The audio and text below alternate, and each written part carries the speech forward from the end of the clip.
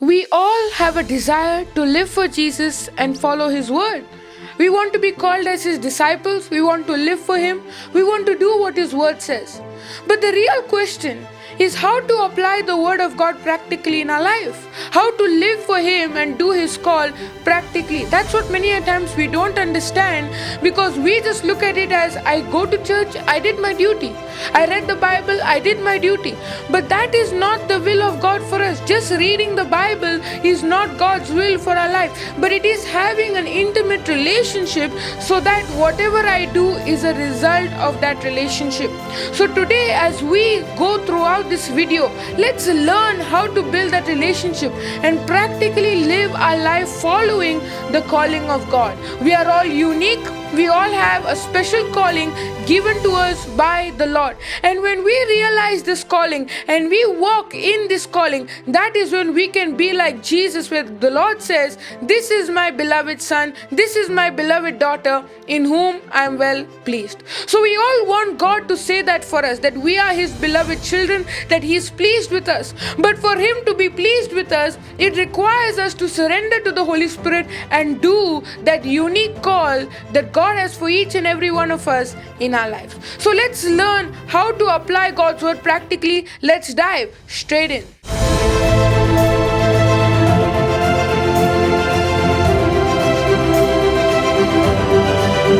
Let's turn our Bibles to Proverbs chapter 21 and we'll read verse 21. He that followeth after righteousness and mercy finds life, righteousness, and honor.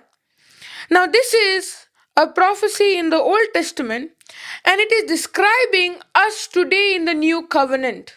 We are living our life after the death of Jesus, and through Jesus' death, everything that God needed to do has already been done. The death of the cross is finished. Jesus said, "Telestai," it is finished. So God is not going to do anything any longer, because whatever He needed to do, He did that on the cross 2000 years ago. And this is a prophecy teaching us that now whatever Jesus has done, to receive it in our life and to experience it, it requires us to follow. To be followers, to be disciples. We all want to be known as disciples of the Lord. But the question is, are we ready to go to the extreme? If the Lord tells us to take our bag, are we ready to take our bag? If the Lord says, leave your bag behind, are we ready to leave it? Following God and His word literally. Following His truth, believing that it is His word that came from His mouth. And when we learn to live our life like that, that is when we truly become a disciple. A disciple is not the one who performs healings or miracles. A disciple is the one who follows Jesus not out of force, but out of choice, out of love. He's a servant out of love. He chooses to serve out of love. And Jesus gave us this example by washing the feet of the disciples. Jesus was a leader. The disciples had to wash His feet, but Jesus showed unconditional agape love by washing the feet of the disciples. And so in our life, as true disciples of Christ, we also need to learn that discipleship is servanthood. It is serving the Lord with all of our heart, with all of our mind, with everything that we have.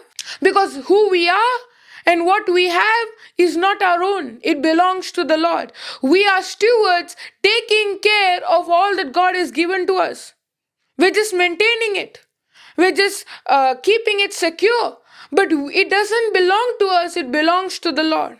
And when we realize that everything we have, everything we are belongs to the Lord, that is when we can come to a place of real serving the Lord, no longer being selfish, but being selfless. And that's what the scripture talks about, following. He says, verse 21, he that followeth, other translation says, whoever follows. This highlights intentional effort. It's not talking about forcefully, but it's talking about willingly. When Jesus came, Jesus did not do anything out of force, but He willingly left His glory and came down as a man. The Creator became a creation. Why? Out of love, willingly, for the sake of you and me, because of love. And so, Following Jesus is not something done out of force, but it is intentional. It is a purposeful, deliberate effort we put from our side to follow the word of God and whatever He says. When we study the Bible, we see so many different people, prophets and people of God. For an example, Moses, Joseph, Abraham, Noah, the prophets, all of these people, they had one thing in common. They made mistakes, they made errors, but when they received the word from God, they intentionally made the correction. They did not go about walking in guilt or condemnation, but when they made a mistake, they followed the law, they were obedient. And so in our life, making mistakes is not the problem, but being open to correction, being obedient, being in making the deliberate choice to change is important. And that choice does not come automatically. It requires us to spend a lot of time with the Word, with the Holy Spirit, so that we can get the true revelation of the Word. Many a times, many Christians say to the Lord, Lord, give me the revelation of your word, when the Lord is saying, you haven't obeyed the current one. God is a God who does not show us the entire path, but He shows us one step at a time. And when we fulfill every step faithfully, that is when the Lord keeps showing us the next step, the next step, the next step. And the Lord is saying to us, why should I show you the whole path if I cannot trust you to take the next step? And that's why, just like a big door is held with small hinges, very tiny, the door is huge, but those hinges can carry that weight of the door. In the same way, the Bible says, those who are faithful in little things, they are the ones who will be faithful in the much. Many a times we are like those hinges, and God has entrusted a big, mighty plan in our life, in each one of us. Just like how the hinges have the ability to hold that door, to hold the weight of that door, in the same way, as children of God, we also have the potential to do the plan of God in our life. But just like how a baby does not start walking on the first day. But as the baby grows and develops, now the mother forces that child to stand on the knees, forces that child to walk. And the child is unstable. He's wavering. He might even fall. But the mother will not say, you don't walk next time, you'll fall. No, the mother will make the child stand back up and walk. Why? Because the mother knows the child has the potential, but only when the pressure is applied, that is when the potential can come out. And so it is the same in our life. God, who's loving and compassionate, knows that we have the potential for the big, great calling that He has entrusted to us. Just like how the hinges have the ability to hold that big door, in the same way, God knows we have the potential to do His calling. But we need to understand the word of God, which is the power of God unto salvation, so that as we study this word, as we follow this word, we can truly live the life that God created us to live, in the spirit, in the supernatural. So here we see, He says, verse 21, he that followeth after righteousness and mercy finds life. Other translation says, whoever follows after righteousness and love. Righteousness and love are not just stumbled upon. It's not that one day you're just living your life and suddenly you discover. No, it is a deliberate choice to spend time and effort with the word. A farmer is farming on his farm, or who's planting seeds. He has two things needed. He needs time and he needs labor. If he has the effort but he's not spending enough time, he won't cultivate a harvest. If he has a lot of time, but he's lazy and is not spending effort, he won't be able to cultivate any harvest. So time and effort, they both work hand in hand. The Bible says we are farmers, but we're not farming just physical, natural seed. We are planting spiritual seeds given to us from the bag of seeds that is the book of the law, the word of God. The word of God is a bag full of seeds. And as farmers, we need to learn to take every scripture, take those seeds, plant them in our heart. And as we begin to do that, we deliberately, spending our time and effort with the word and with the Holy Spirit, cultivate a harvest. So if we are not faithful to do that process of taking the seed, planting it, taking care of it, studying God's word, asking the Holy Spirit for revelation, if we are not faithful in doing those things, then God cannot trust us to be faithful with the bigger things He has called us for.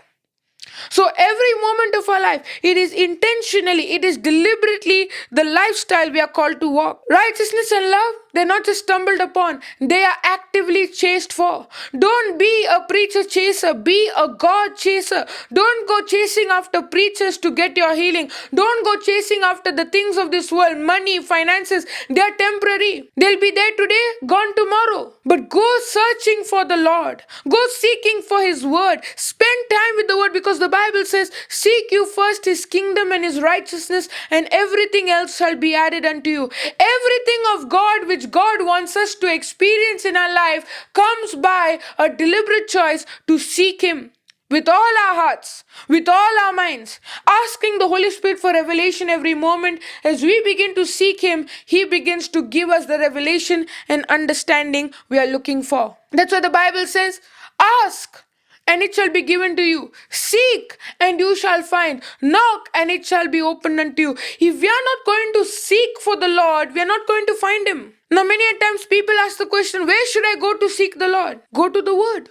The Word shows us God's desire for each one of our life. In and out. How God wants us to live, what He wants us to do. It's a simple example. When you buy any item, any electrical item, whatever it may be in your house, it comes with a manual. And that manual teaches you how to build that furniture, how to use that electrical item, whatever it may be. The manual guides you. In the same way, God created man fearfully, wonderfully, perfectly, and God gave us the manual. And the manual is what? The Bible, the written word of God. How many times in our life we have the manual, but we don't open it, we don't read it, and so we don't know how to use that object. That's why you always have to open the manual, spend time reading it, only then you will understand how to use that item. In the same way, how many times are we spending, how much time are we spending with the word of God to really get the revelation and understanding of the manual? Because if we don't spend time with the word, we are not going to know how to live our life according to God's standard. God has a standard. He wants us to live according to the standard. He's given us the ability to live according to the standard, which is His grace, His righteousness. But to live according to that standard, we need to tap into that grace, to tap into that righteousness. And the word says it is by following Him. Not forcefully, but intentionally chasing after Him and His word in our life. Only when you seek, you shall find.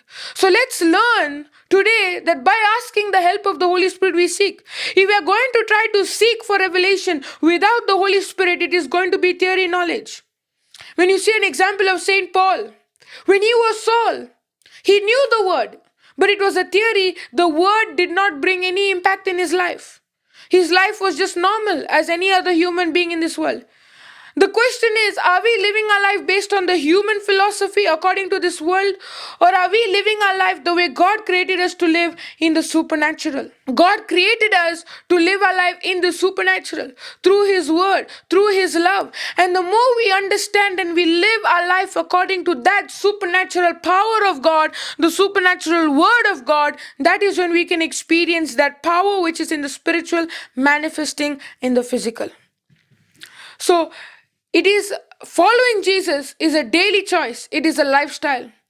Let us learn. We are living in this world, but we do not belong to this world. That's what the Bible says. Be not conformed to this world. In other words, do not take the shape of this world. You are living in this world, but we're not supposed to take the shape nor the form of this world. We are called to be ambassadors for Christ, representing Christ in this planet Earth. We have a divine calling. We have a special purpose.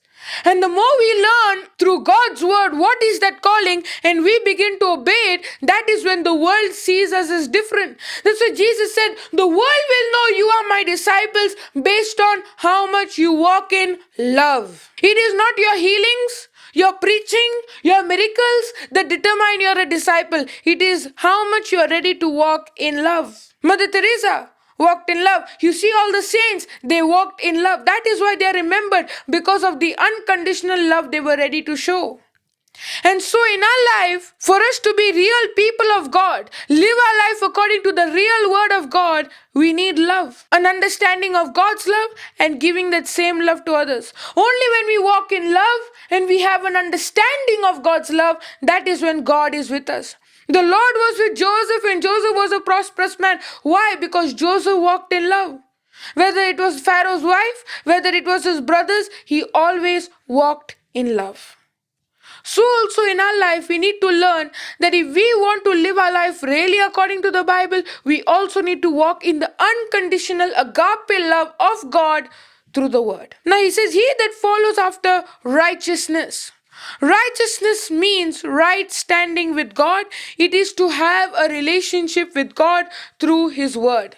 We were all born as sinners in this world. That's why you see, when a child is born, you don't need to teach the child to do bad things. You need to teach the child to do good things. Why? Bad things, they come by default. And so, righteousness is that even though we are living in a fallen world of sin, we are not following the example of the first Adam who disobeyed God.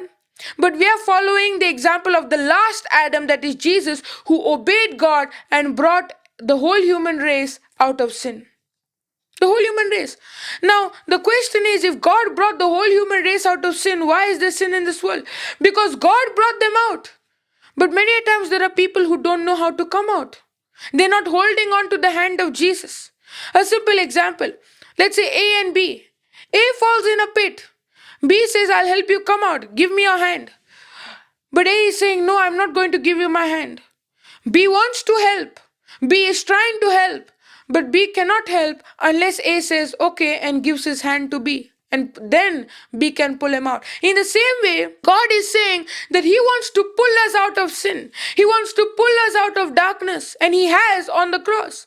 But if we are not going to hold on to His hand, hold on to His word, we're not going to come out of that old life, of that pit. And that's what the Bible says. He upholds us with the right hand of His righteousness. When we cling on to Him, when we cast our cares unto Him, when we hold on to His word, when we are rooted and grounded in His love, only then He can pull us out. So God wants to help us. God wants to pull us out. But how many times in our life, ignorantly, we are saying, Lord, it's okay, I'm happy to stay in this pit. I'm happy to stay in this problem. We don't realize it, but that's, evidently what we are saying to the Lord.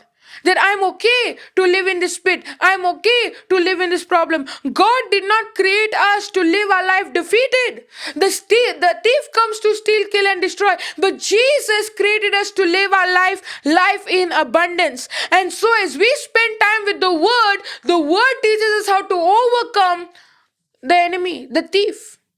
Don't tolerate him. Don't entertain him. But torment him, torture him, trouble your trouble using the word of the Lord.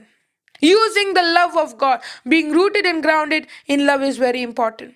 Let the foundation of our life not be the world, not be sin, but let it be the nature of God, where we are saying, Lord, help me to be like you. Help me to live for you. It's not wrong in asking help. It's wrong in not asking help. Because God knows every one of us, we need help. We cannot do it without the help of the Holy Spirit. And so many a times people say, we should not ask help because God has already helped us. No, that's wrong. That's a lie of the enemy. God wants us to ask Him help.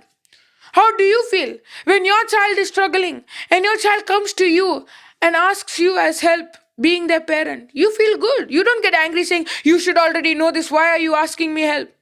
No, you are ready to help all the time. You're happy to help your child. In the same way, God is saying, I'm happy to help you any moment of your life. He says, if you lack wisdom, ask and I shall give it to you. Seek my word and you shall find everything. But many a times we are not ready to ask help for the Lord because we are stubborn, because we are believing the lies. Remember, we are God's children and we need to ask Him help, because without His help, we cannot accomplish anything in this planet Earth. With the Lord, we are everything. Without the Lord, we are nothing. The question is, do you want to be nothing or do you want to be everything? Praise God. You see, there are so many people who live in this world. They're rich. They're in this world, they're prosperous. Maybe celebrities, maybe actors, actresses. They're famous football players are recognized by the people of this world because of what they do. In the same way, in God's kingdom, we are recognized by how much we are ready to surrender to Him. Not by living our life perfect, but by just simply by acknowledging that we can't do it on our own and we need His strength. Because without the Holy Spirit, we cannot understand His word. We cannot have a revelation. So to follow Jesus, to have the nature of God, the righteousness of God, we need to spend time asking the Holy Spirit for revelation. So righteousness is talking about living according to God's word and God's standards. Not through our own strength, but through the help of the Holy Spirit. It is not being perfect. It's not living a perfect life, but it is living a life where you are open to correction and obedient to correction. A scripture I want to show you, 2 Timothy chapter 3, and we'll read verse number 16. All scripture is given by inspiration of God and is profitable for doctrine, for reproof, for correction, for instruction in righteousness. This scripture clearly tells us the word has been given to us for correction, for reproof, for instruction in righteousness. What I love about this scripture is this scripture connects correction with righteousness. Living a righteous life. Many people say a righteous person is a person who lives in the awareness of God, fear of the Lord, a person who lives perfectly. But if you see the word, it teaches us righteous person. And I did not understand it till very late when I was asking Holy Spirit, give me a deeper revelation of righteousness. And He taught me this, where He said, righteousness is not just living by God's standard and perfect life, but righteousness is being obedient to correction at any extent, at any moment, saying yes. How many times do we get so offended when we are corrected? It happens. And I tell you, many a times I also was corrected. When I was preaching the word, there were so many things that people said to me and I used to get offended. Whether it was people I knew very well, people in the word of God, or people not in the word, doesn't matter. But many people said many things. If you see, as these videos go on YouTube, many negative, ungodly comments come. They say, go focus on your studies and stop preaching and all these things. But if I have to focus on those comments, I can't be doing what I'm doing right now. And so it requires me not to focus on those things, but to focus on what Jesus is trying to tell me and teach me through His word. What He is trying to show me, the way He is trying to correct. And sometimes He's going to correct you through people. I was corrected through people. Before, when I used to preach, when I used to read the scripture, I used to preach very quickly. I used to read the scripture so fast. And I got corrected by my spiritual parents. I got corrected. And when I got corrected, I stopped doing that. Now today, when I speak to you, you can understand what I'm saying clearly because all those years back, I got corrected. I had every right to get offense because I was corrected in front of everyone. That person came and said, you are reading like a speed train, and I could get offended because everyone could hear that. But I made a decision to take that as correction from the Lord, trying to teach me, slow down, spend time to meditate as you study, as you read. And that's why whenever I read a scripture, sometimes, even when I'm preaching, I'll read it twice. Why? Because as I'm reading it again, I'm surrendering to the Holy Spirit and saying, Holy Spirit, I'm giving you time to give me revelation. So correction is very important in every area of our life. Correction is required, whether it is big things or small things. If I am not open to correction, I'm not going to experience anything from the Lord. So righteousness means correction. Righteousness means obedience. The Bible says it is faith that pleases God. In other words, the Bible is saying it is your obedience to the word that pleases God, not your action or outside. Let's go back to Proverbs chapter 21, verse 21. He that follows after righteousness and mercy. Mercy means agape love. It means unconditional love. So love, if you see the Hebrew word, often reflects loyalty. The Hebrew word for love, okay? It reflects on loyalty, kindness, mercy, and covenant. And all these things are connected together. It is because God is loyal to His word and because He is loyal to His word, He is filled with kindness and mercy towards us. And that is why He gave us another chance, which is another covenant. The new covenant. So the new covenant was established. When you apply for a job and you are shown the contract, you have to put a signature for that contract. And when you put a signature, it is, in other words, your agreement on that. You're acknowledging and admitting and saying, yes, I agree to all that is written here. A signature is very important. In any paperwork, any documents, you always need a signature. In the same way, God created this new covenant, a new contract, where he's telling us everything you need has been done by Jesus on the cross. Jesus said, "It is finished, it has been done." And the covenant today is, can you just believe my word? Can you just walk by faith? Can you just do what my word says? Correct yourself on my word? That's it. That's all God is asking us. God is not asking us to go and hammer stones. No, no, no. God is asking us just take his word, believe his word, and apply it in his life. If it requires you to make correction, make correction. If it requires you to go and speak to a person, speak to that person. If it requires you to go and serve someone, go and serve. But just follow the word. That's all God is asking us to do. And that's a covenant. And God sealed that covenant by a signature. And that signature will always remain, it will never fail. And that is God's love. God's love for humanity never fails. That's what the Bible says in John chapter 3 verse 16. For God so loved the world that he gave his only begotten Son, that whoever believes in him should not perish but have eternal everlasting life. So it is very clear in the scripture that we are called in this new covenant where Jesus has done everything that is needed for us on the cross. But to receive that in our life, what does it require us? It requires us to understand his love. It requires us to come in agreement with that signature. The moment we understand God's love and we start walking in that love towards other people, we are truly prosperous people. Prosperity does not come by how much you pray or by what you do. Because you might do everything and anything in God's kingdom, but if there is no love, there is not going to be any promotion in your life. Promotion, prosperity comes only and by love. Joseph was promoted to be from, a prisoner to the governor of Egypt, second in command. How was he promoted? Because of his love towards others. If you see all the saints, why did they become saints? Because they were ready to walk in love towards others. Saul became Paul. Why? Because he was ready to walk in love. He encountered Christ. Abraham became Abraham, the father of many nations. Why? Because he understood God's love. That God is saying, you will have a child of your own and he will be your heir. Your own child who came from your own bosom, he will be your heir. So you see, all the time in God's word, whenever there was love, that person got promoted. David, when King Saul, okay, because he did not have love, he was made a king, he did have love, but then he shifted from love to himself, selfishness. And because of that, God could not use him. But David, on the other hand, committing adultery, committing sin, when he decided to walk in love, to understand the love of God, he was made a king. Why? Because of love. Love is that covenant with the Lord. When I begin to understand his love, I begin to see God working in my life in return. So a covenant is always two members in two partnerships. A covenant is where both people have to play a part. In the same way, this new covenant is where God is saying, I've given you my love, I've given you my word, I've given you my healing, everything is done on the cross. Can you do one thing for me? Just believe my word. Just walk in love with my word. Just apply my word. That's it. The word tells us to walk in love, walk in love. The word tells us to believe, just believe. Just follow the word. That's all God is telling us to do. And we complicate it so much. You have to wake up at 3 o'clock in the morning, otherwise God will punish you. No, God just said, obey my word. That's all God wants. That's all God is pleased with. Faith in the word. Faith brings an action. Just reading the word will not please God.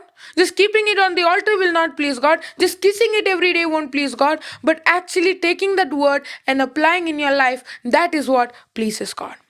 So let's learn today to be his disciples, to follow Jesus so that we can find life. Life is what? Eternal life, where everything has been given to us. A life that we are called to enjoy. A life overflowing. A life in abundance. A life prospering. But he's saying to get that life, you need to follow Jesus, follow after righteousness, follow after his love. That's when you will receive life, you'll receive honor, you'll receive prosperity. When I honor God, God honors me in return. Are we living our life in paradise, in eternal life through the word of God? But it requires us to spend time and effort. So let's learn to be disciples, to follow Jesus out of love, with his righteousness, intentionally, personally, obedient to correction. Thank you for watching this video. If this video has touched it, please give it a like, share it with a friend, because your like, you might say just a like is not going to help, but your like or your comment down is going to help promote this video to more people. It's not for our sake. I don't want subscribers or likes. No, I want to promote this word to the nations. So by your like and by your subscribe, you can help us reach the world. Thank you all for watching. I believe this message has touched you. Thank you for watching. Share it with someone else. And I believe that you are always blessed under His protection and His shield. Thank you so much for watching. Have a blessed day. Shalom. Christ is in you.